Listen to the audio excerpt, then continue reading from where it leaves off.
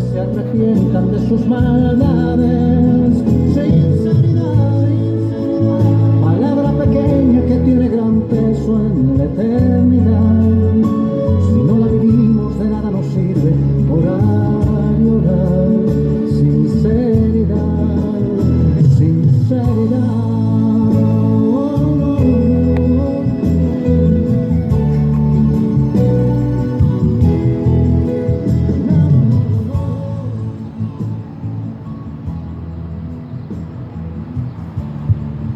Uno, dos, probando.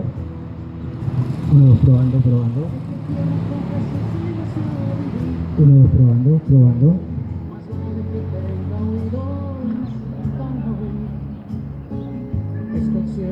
Uno, dos, probando, probando. Buenas tardes a todos los presentes. Somos del Ministerio Cerca del Cielo, Salto, Uruguay. Le vamos a compartir una palabra de Dios con ustedes. También vamos a compartir algunas alabanzas. Y somos un ministerio que estamos aquí en cada sábado o en cada Shabbat para compartirte la porción de la semana, que estamos en la porción número 34, la Parashá Bat Midbar, que significa en el desierto. Y arranca en el libro de Números, capítulo 1 al 4:20.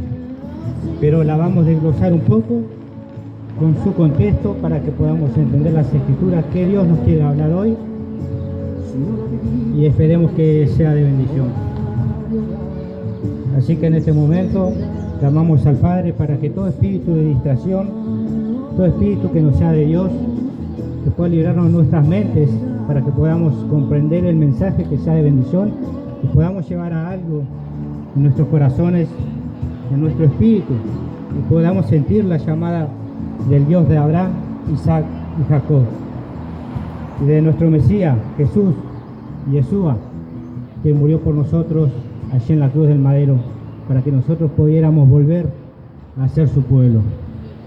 Así que como cada sábado, o cada Shabbat en hebreo, compartimos la primera alabanza, justamente en honor a este día santo y apartado que Dios ha separado de los otros días, incluso desde la creación, donde Él creó los cielos y la tierra en 6 días y el séptimo descansó, lo apartó, lo santificó, y es un día de cita, donde se abren los cielos para que nosotros estemos en comunión con Él. Muchas veces lo tenemos enfrente nuestro, dentro nuestro, y no nos damos cuenta, porque estamos muy enfocados en los problemas, en los costados del mundo, y no en la prioridad eterna, que es el Dios de Israel. Su nombre en hebreo, Yahweh. Así que para arrancar, les voy a compartir esta hermosa alabanza del Shabbat, y enseguida comenzamos.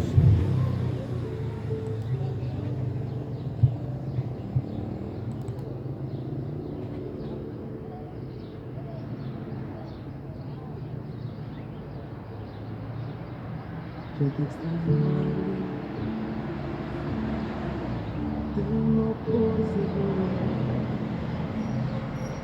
Fueron tantos días y malos momentos que vivimos juntos. Los detalles, las pequeñas cosas, lo que parecía no importante, son los temas de cada día.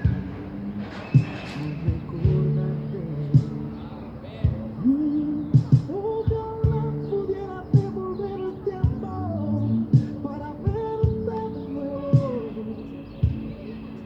para darte un abrazo y nunca soltarte. Más comprendo que llegó tu tiempo, que Dios te ha llamado para estar a su lado. Así Él lo quiso, pero yo nunca pensé que doliera tanto.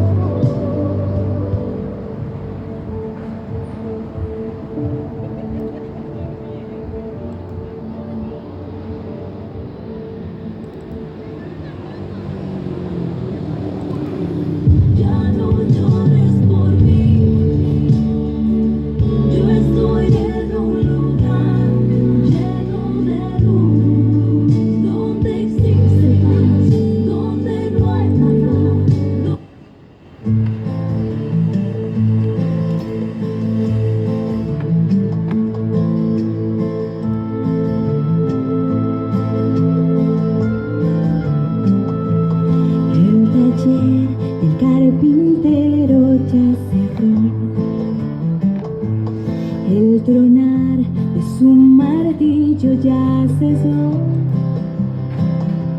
No hay obreros en los campos de Israel,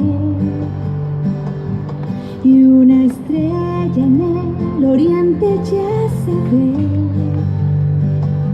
y el shofar anuncia que llegó el Shabbat,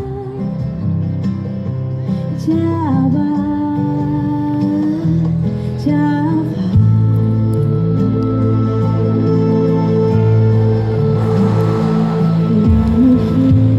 Carpintero hizo el pan, y el Padre le dará su bendición. La familia se reúne en oración. Esta noche solo hay ruegos y canción, y el shofar anuncia que llegó el Shabbat, Shabbat, Shabbat.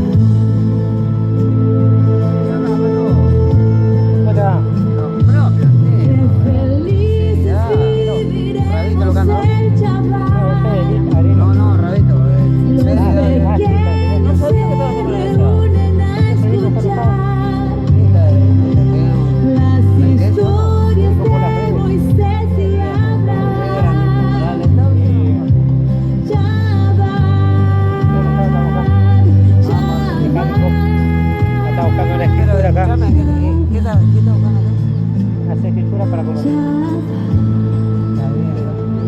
Tiene colorado. Y ahora para acá está escuchando esa escritura. Está bueno.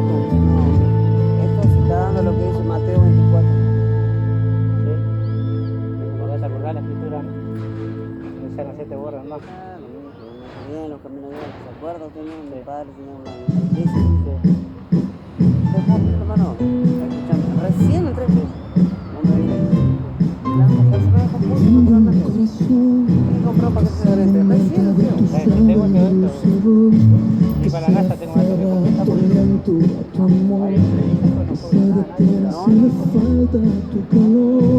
Sí, ¿qué tal? Tengo un corazón que late al ritmo que me entona tu canción, que se acelera al saber que aquí La estoy, iglesia no está. frente a frente del eterno Las mejores predicas creador. están en la calle, en los hospitales. No entiendo tanto amor, tú me amaste siendo yo un pecador. Ahora rindo lo que soy, rindo mi vida, soy esclavo por amor. Tú me amas, diste tu vida, te entregaste tú por mí. Me enamoro cuando contemplo aquella obra en la cruz, un derroche de amor, el que tú diste por mí.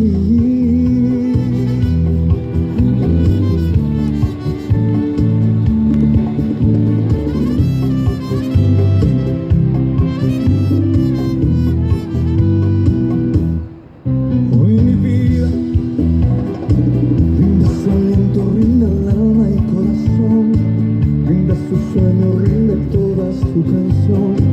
Mi mundo entero hoy me rindo, tuyo soy. Tú mi vida, tú eres mi salvación, tu fiel amante, tú mi amigo, tú mi Dios, tú el refugio, tú mi luna, tú mi sol. No entiendo tanto amor, me amaste siendo yo un pecador. Ahora rindo lo que Bueno, vamos a comenzar con el libro de Números. Cuando el Señor, el Dios de Israel, le da una orden a Moisés, y Moisés, como siervo obediente que siempre cumplió, por eso él hablaba cara a cara con Dios, nos dice así: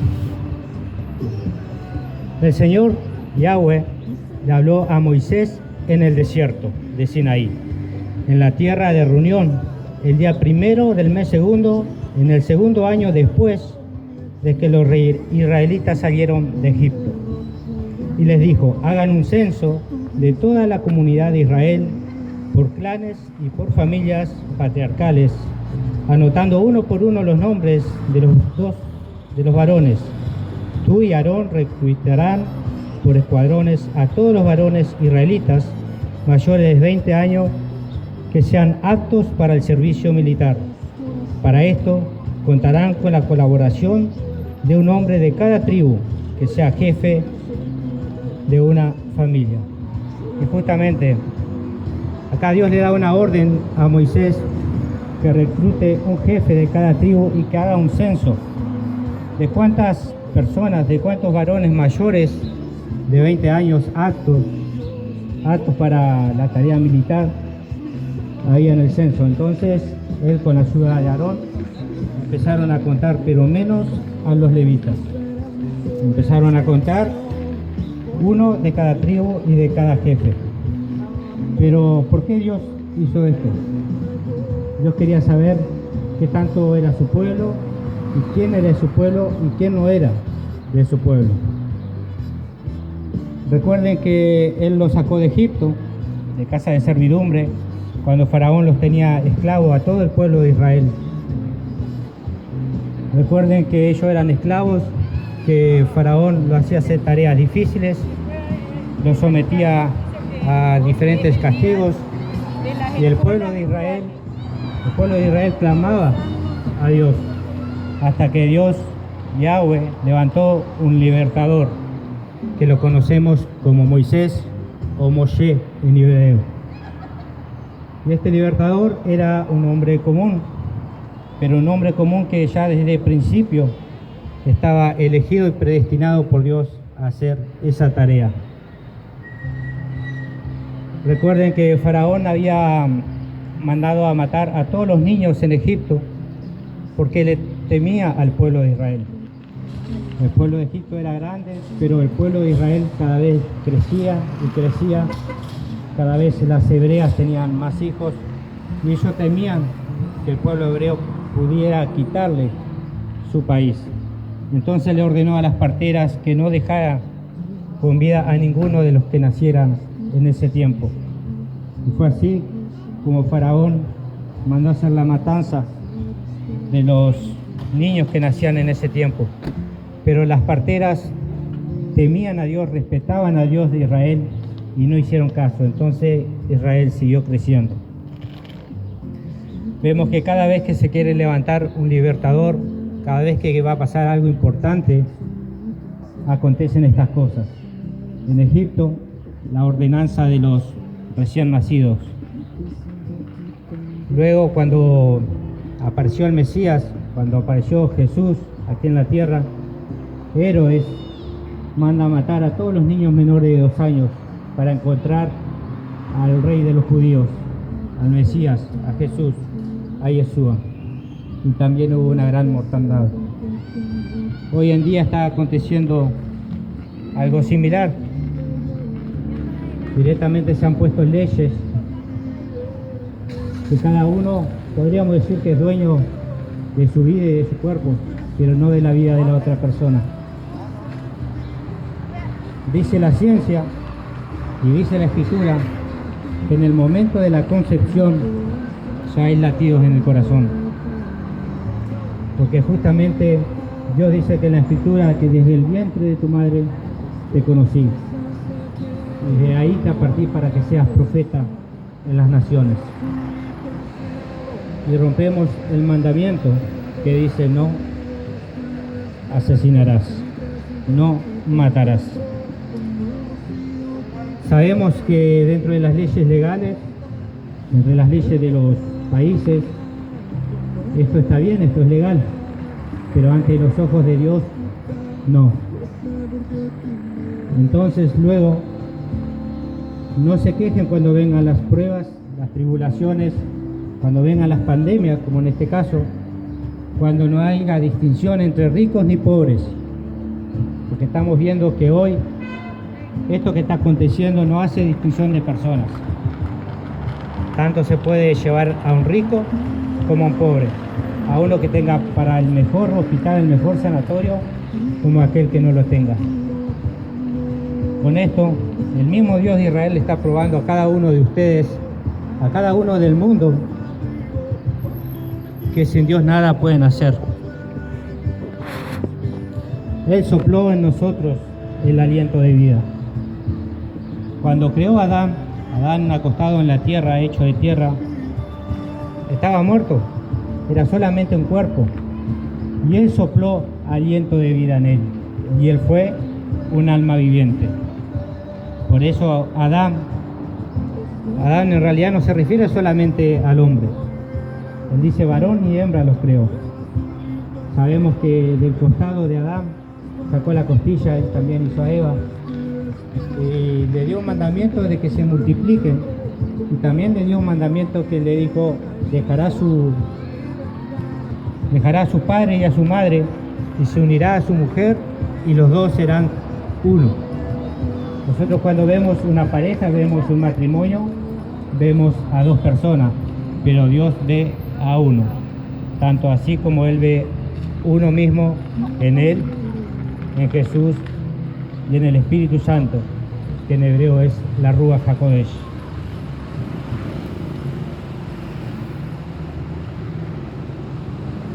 Así que Él nos creó, Él nos dio aliento de vida, y así mismo como nos dio el aliento de vida, nos dio el oxígeno, Él mismo nos saca luego y volvemos al polvo de donde salimos, y el Espíritu vuelve a Dios, a su Creador, a quien nos dio. Nosotros muchas veces estamos muy preocupados por alimentar nuestro cuerpo carnal, nuestro cuerpo físico, mantenerlo en forma, mantenerlo con los alimentos, pero nos olvidamos de las palabras del Mesías, o muchas veces no conocemos las palabras de los profetas, los apóstoles, los discípulos, que Él dijo, no solo de pan vivirá el hombre, sino de toda palabra que sale de la boca de Dios. Y tengan en cuenta que los alimentos son necesarios, porque Él dijo que con el sudor de nuestra frente nosotros comeríamos cada día, tendríamos el pan y labraríamos la tierra. Pero recuerden que Él es el pan de vida, Él es el agua viva. Y cuando vienen las tribulaciones, cuando vienen los problemas, ese ser interior, ese ser espiritual que tenemos dentro, está chiquito, está pequeño, está vacío. Ese espíritu que tenemos dentro, que Dios ha puesto dentro de nosotros, no lo alimentamos.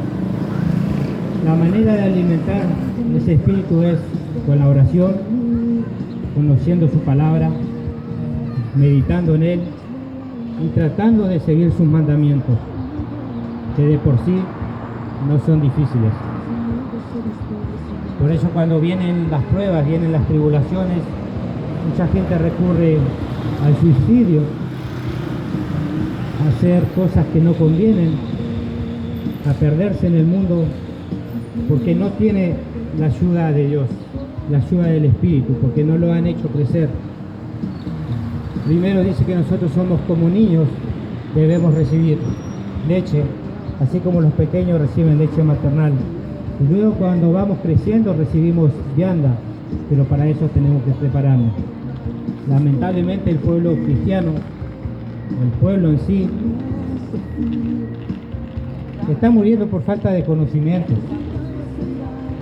Por falta de conocimiento perece y por la desobediencia a las palabras del Dios de Israel.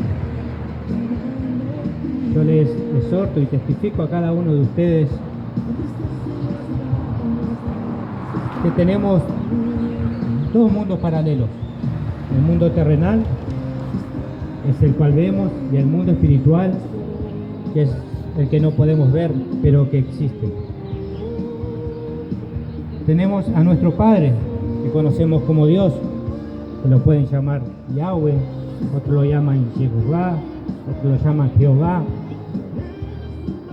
Él vino a darnos vida y a darnos vida en abundancia. Luego tenemos la otra parte.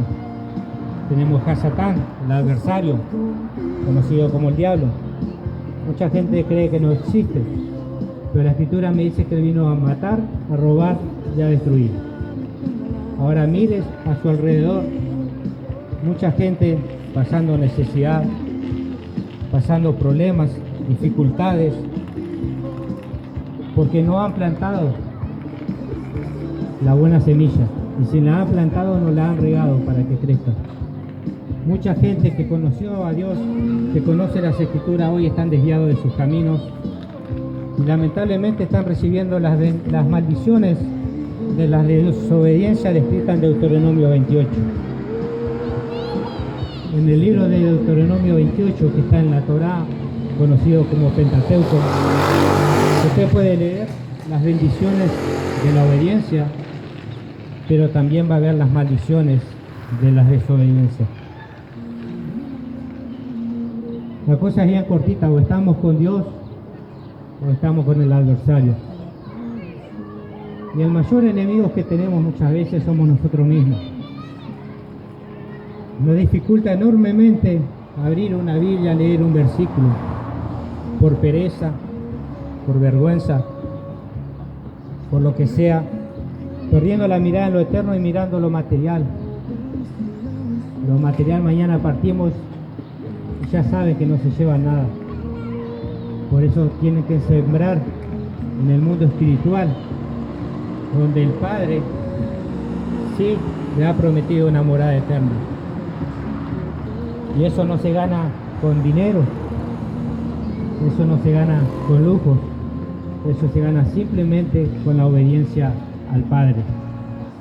Y no con las palabras que diga yo. Usted tiene que verificar por usted mismo los mandamientos de Éxodo 20 o en Deuteronomio.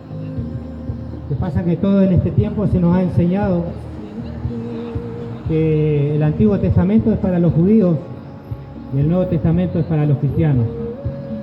Que Dios abandonó al pueblo de Israel por desobediencia y ahora adoptó a la iglesia como su pueblo. Eso no es así, eso no es lo que dice la Escritura. Siempre desde el principio hubo un Dios y un pueblo. Si usted lee desde el principio de la Biblia, podrá ver que siempre existió el Dios de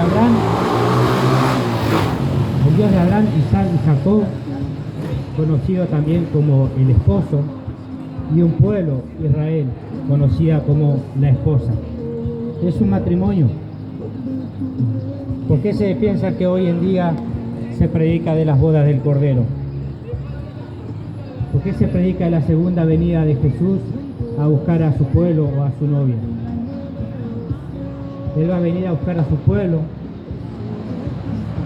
Y eso no quiero decir que Dios va a venir solamente por el pueblo de una congregación en sí. Su pueblo de Israel está conformado por muchas naciones. Él le hizo una promesa a Isaac y a Abraham, y así sucesivamente, que su pueblo sería multitud de naciones. Todo aquel que acepte a Jesús, a Yeshua como su Salvador, según el libro de Efesios 2, pasa a ser un israelita. Usted puede decirme, no, yo soy católico, yo soy evangélico, yo soy protestante, yo soy judío, soy griego. Dios dijo que para Él no existe ya eso. Él separó la enemistad, el muro intermedio, para que de dos pueblos sean uno solo, como lo fue en el principio, Israel. Lamentablemente, por la desobediencia del pueblo de Dios, por ir tras otros dioses, Dios los dividió en dos reinos. El reino del sur, compuesto por la casa de Judá, o sea, los judíos, parte de Benjamín y parte de Leví, y las otras 10 tribus dispersas entre las naciones, que se entreveraron entre los gentiles y perdieron su identidad. Gentiles significa naciones, significa goyim, y también significa una palabra sin Dios o sin ley. Eso es lo que significa gentil o naciones. Para usted formar parte del pueblo de Israel, usted tiene que adherirse a su palabra, a su escritura.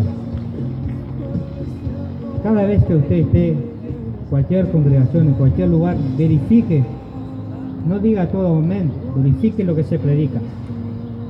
Verifique que eso esté plasmado en las Escrituras. Y hoy con la tecnología también podemos buscar su verdadero significado de las palabras que muchas veces se tradujeron del griego, del hebreo, y han perdido su verdadero significado al día de hoy. Algo bien sencillo, para no irme muy lejos. Saben que en el principio Dios creó los cielos y la tierra. Y dice que el Espíritu de Dios se movía sobre la faz de las aguas. ¿Saben cuál es el tema? Que la palabra cielos aquí en español no nos dice nada. Pero si la llevamos a su idioma original, en el hebreo, la palabra cielo significa Yemashin. Y Yemashin significa he allí las aguas. Los cielos para Dios, esas son las aguas. Por eso Él hizo la separación de las aguas que están arriba y las aguas que están abajo. Y bueno, como le dije anteriormente, Él dividió los dos pueblos por desobediencia. Parte de los judíos, o sea, el reino del sur, fue cautivo a Babilonia, y las otras 10 tribus fueron cautivos por los asirios. Más adelante, los judíos reconocen al Dios de Israel, encuentran una Torá, una escritura, una Biblia, y empiezan a obedecer los mandamientos y vuelven, regresan a su casa, allí a la tierra prometida, allí a Israel. Pero las otras 10 tribus, ¿dónde están? Nunca regresaron. Se entreveraron entre las naciones, entre los gentiles, se dispersaron por todas las partes del mundo. Y hoy perdieron su identidad y no saben que son parte del pueblo de Israel. Usted puede llamarle iglesia, congregación, pero léase Efesios 2. Efesios 2 nos dice que nosotros estábamos sin Dios en el mundo, alejados de los pactos, alejados de las promesas, porque Dios como esposo, nosotros como esposa, Él nos dio carta de divorcio por desobediencia, porque Él en Éxodo 20, 1 y 2 dice: yo soy tu Dios, te saqué de la tierra de Egipto de casa de servidumbre. Y enseguida le dice: no tendrá dioses ajenos delante de mí, porque yo soy un Dios fuerte, celoso, y visito la maldad de los padres hacia los hijos, de la tercera y cuarta generación de los que me aborrecen. La palabra aborrecer o maldad a veces no es lo que nosotros pensamos. La maldad, llevada al idioma griego, significa anomia, y anomia significa simplemente sin ley, sin intrusión, sin los mandamientos de Dios. Esos son los que están apartados del Dios de Israel. Recuerden que en los últimos tiempos, cuando venga Jesús, muchos creyentes se acercarán a Yeshua y le dirán: Señor, en tu nombre hicimos muchos milagros, echamos fuera demonios, sanamos enfermos. En su nombre hicieron todas esas cosas. Pero, ¿qué le contesta Jesús? ¿Qué le contesta Yeshua? Le contesta: apartaos de mí, que nunca los conocí, hacedores de maldad. Es una palabra fuerte, no se la está diciendo a gente de congregaciones, a gente de iglesias. Apartaos de mí, hacedores de maldad. Simplificando: apartaos de mí ustedes que no obedecen mi ley, que no obedecen mis mandamientos. Muchos pueden estar con una Biblia en la mano, muchos pueden tener tremendas congregaciones, tremendos templos, pero no están haciendo lo que dice la Escritura. Y usted no se preocupe, porque la venganza es de Dios, la venganza es de Yahweh. Nosotros solamente debemos dedicarnos a la oración, a hacer el bien y a tratar de obedecer los mandamientos. Para obedecer los mandamientos debemos conocer su palabra. ¿Cómo conoce usted a si su novia o su novio va a ser un buen esposo o una buena esposa? Conociéndolo de a poco, no es de un momento a otro. Claro que en el momento de conocerse, entre comillas, que se vieron, le gustaron los ojitos, le gustó el pelito, el físico, lo que sea, pero luego, al empezar a convivir, al empezar a tener intimidad, el día a día, recién ahí uno va conociendo a la otra parte. Y muchas veces por eso dice la palabra novios. No vio con quién se casó. Entonces les exhorto a que busque una persona que ame más a Dios que a ti, porque esa persona te será fiel con seguridad hasta el final. Porque aquel que teme a Dios guarda sus mandamientos, y aquel que guarda sus mandamientos, el segundo y gran mandamiento es amar a tu prójimo como a ti mismo. Si a ti no te gusta que tu esposa o tu esposo te engañe, no lo hagas con ellos tampoco. Si no te gusta que te mientan, tampoco mientas.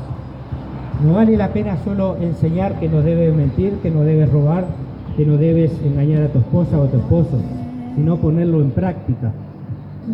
Recuerden que la fe sin obra es muerta. Y basta la naturaleza y basta el mundo, basta la ciudad para comprender eso, no es tan difícil. Muchas personas tienen una fe en la mente, pero no es una fe obediente. Fíjense, yo voy aquí parado, ahora el lunes me toca trabajar. Y digo, yo tengo fe que si trabajo todo el mes, al principio del mes cobro mi sueldo. Es bueno, tengo fe, y es una fe certeza de que si lo hago voy a cobrar el sueldo. Pero ¿qué hago yo si me quedo con esa fe sin obras y no voy a trabajar? ¿Será que mi patrón me va a pagar los primeros días del mes? No, ¿verdad? Así mismo trabaja las Escrituras. Con la naturaleza mismo, con el pasar de los días, con el pasar del tiempo, nos vamos dando cuenta que no somos nada sin el Dios de Israel. Y para seguir vamos a ir al libro de Oseas, de algunas palabras medias fuertes que Dios nos habla directamente. No se sienta ofendido como mujer o como hombre, porque no va a hablar a una mujer o a un hombre, va a hablar a sus hijos y va a hablar a su pueblo, a todo su pueblo de Israel, a todo aquel que aceptó a Jesús, a Yeshua como su Salvador. Y eso está en el libro de Oseas, está en la Biblia también el libro de Oseas, no sé si lo conocen, porque lamentablemente en las congregaciones ya se saben de memoria los versículos y siempre citan los mismos versículos a conveniencia muchas veces. Los versículos bonitos, no los versículos que nos levantan el ánimo, pero los versículos que nos llevan a amonestación no los utilizan. Y esos son los que voy a usar ahora en este momento.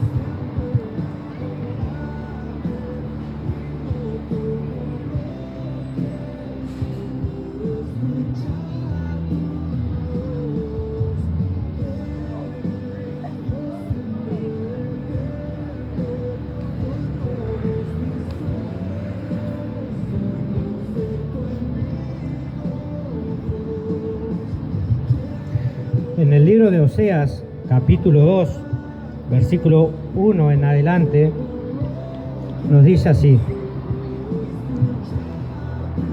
échele en cara a su madre, que ni ella es mi esposa, ni yo su esposo. Muchas personas dicen que leen las Escrituras y no entienden, ¿verdad? Si usted lee solo este versículo, posiblemente no lo entienda. Fíjense que dice, échele en cara a su madre, que ni ella es mi esposa, ni yo su esposo. ¿Qué le estaba predicando hace un momento? Que Dios es el esposo y su pueblo Israel es la esposa. ¿Y por qué en este momento Dios nos está hablando muchas veces en parábolas o en significados que no entendemos?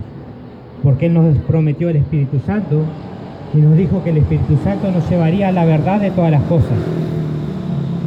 Cuando usted busca la verdad, con verdadera intención, con un arrepentimiento genuino, Dios le va a hablar y le va a hacer entender.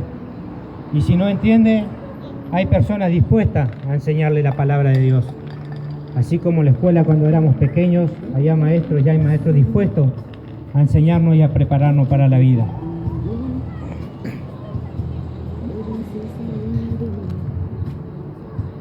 Dice que se quite del rostro el maquillaje de prostituta y de entre los pechos los adornos de ramera. De lo contrario, la desnudaré por completo, la dejaré como el día en que nació y la pondré en un desierto. Recuerden que la porción de esta semana justamente se llamaba En el desierto. La convertiré en tierra seca y la mataré de sed. Tiene que ver el significado profético. Cuando dice la mataré de sed, recuerden que el agua es la palabra de Dios. Recuerden que está hablando de ramera, está hablando de las cosas que hizo, porque en vez de seguir creyéndole al Dios de Israel, se fue tras otros dioses, dioses que existían en la antigüedad, o ídolos que fueron hechos con manos de hombre. A veces trato de no citar los ídolos de hoy en día para no ofender a ninguna congregación, pero muchas personas están ofendiendo a Dios cada día y no le interesa y no le importa.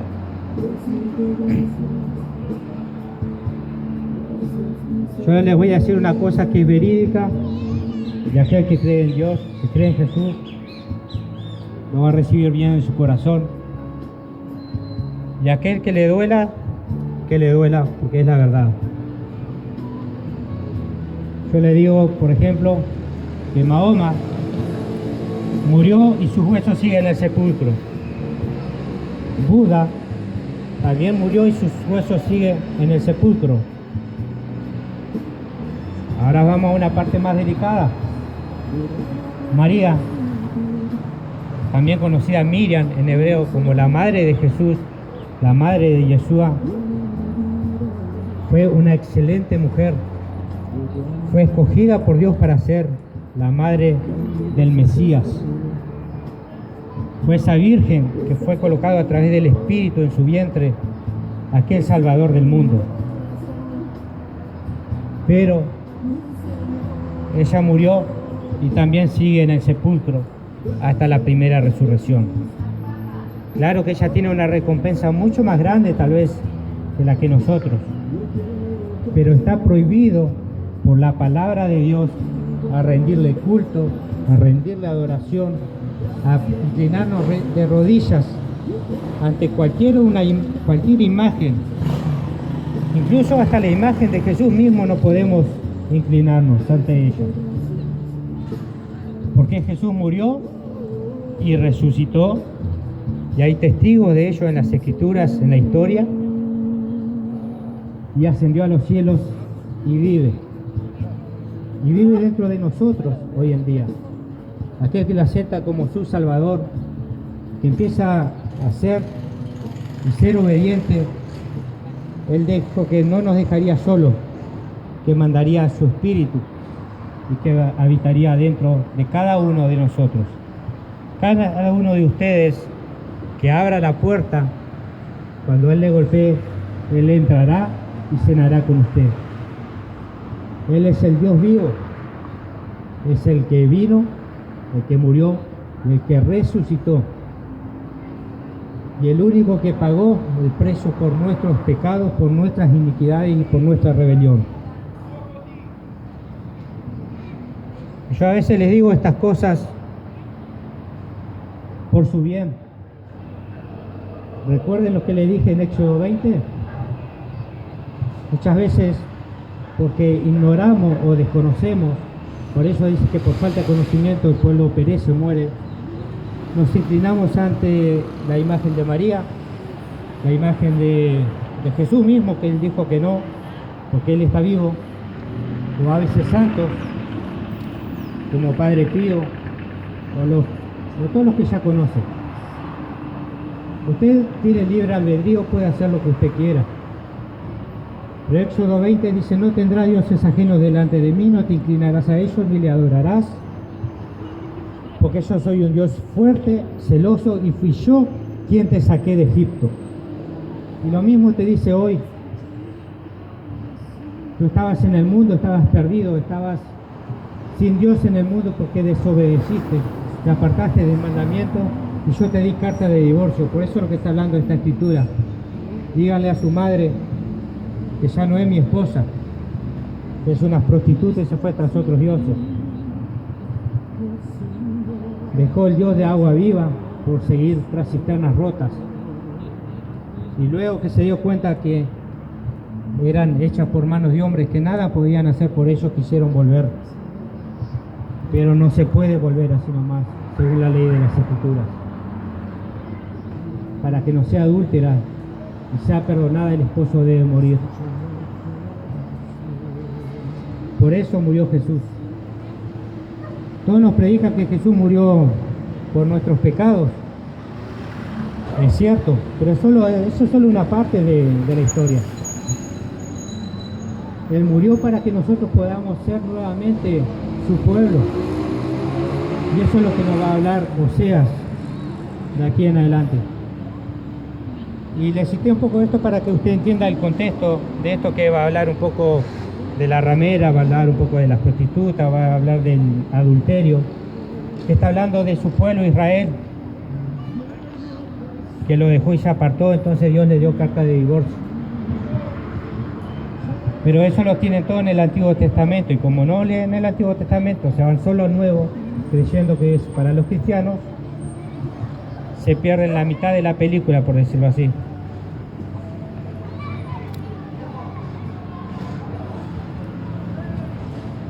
No tendré compasión de sus hijos, porque son hijos de prostitución. Su madre es una prostituta, la que los concibió es una sinvergüenza. Pues dijo, quiero ir tras mis amantes, que me dan mi pan y mi agua, mi lana y mi lino, mi aceite y mis bebidas. El pueblo de Israel se fue tras esos dioses pensando que eran ellos los que le daban el pan, cuando Jesús dijo, yo soy el pan de vida, yo soy el agua viva. No los dioses de los egipcios, ni los dioses hechos por mano de hombre, aquellos que hacen ídolos y se postran en ellos, desobedeciendo los mandamientos y trayendo sobre ellos y sobre sus hijos, sobre su descendencia, maldiciones generacionales que van de generación tras generación. Por eso, dice Yahweh, le cerraré el paso con espinos, le encerraré para que no encuentre el camino. Con ardor perseguirá a sus amantes, y al no encontrarlo dirá, prefiero volver a mi primer esposo, porque antes me iba mejor que ahora. Es lo que pasa hoy en día con todas personas. Cuando están en situación difícil, claman a Dios, se acercan a una congregación, empiezan a hacer las cosas bien, y claro, empiezan a recibir las bendiciones de la obediencia.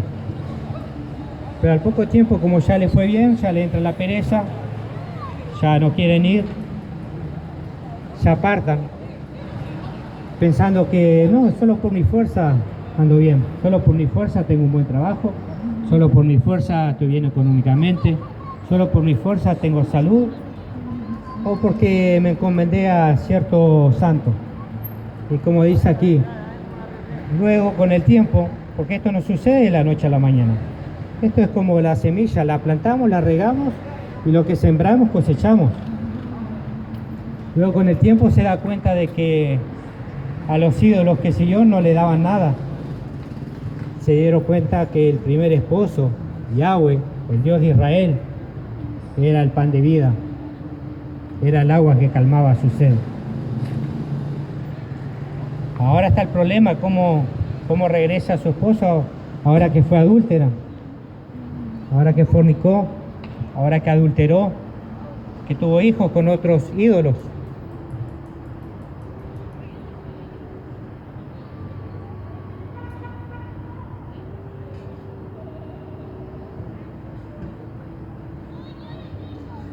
Ella no ha querido reconocer que soy yo quien le daba el grano, quien le daba el vino nuevo, quien le daba el aceite. Yo, el Dios de Israel, yo he multiplicado la plata y el oro. ¿Y qué hizo con ello? Se los dio a los falsos dioses.